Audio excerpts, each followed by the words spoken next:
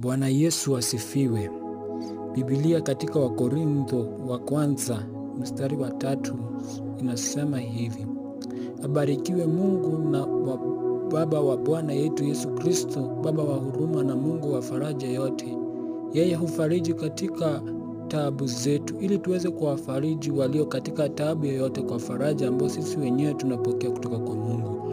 Mungu huwa anafanya tupitie katika majaribu, tupitie katika mauchungu, ili aweze kutufariji, ili na sisi tukaweze kufariji waliofarijiwa. Mpendwa, na kuomba usikate tamaa katika taabu unazopitia. Kumbuka kwamba Mungu anafariji wakati ambapo unapitia katika hayo mataabu. Usikate tamaa kwamba Bwana hajakuacha. Bwana ako na wewe. Muombe siku ya leo, mulilie Mungu siku ya leo.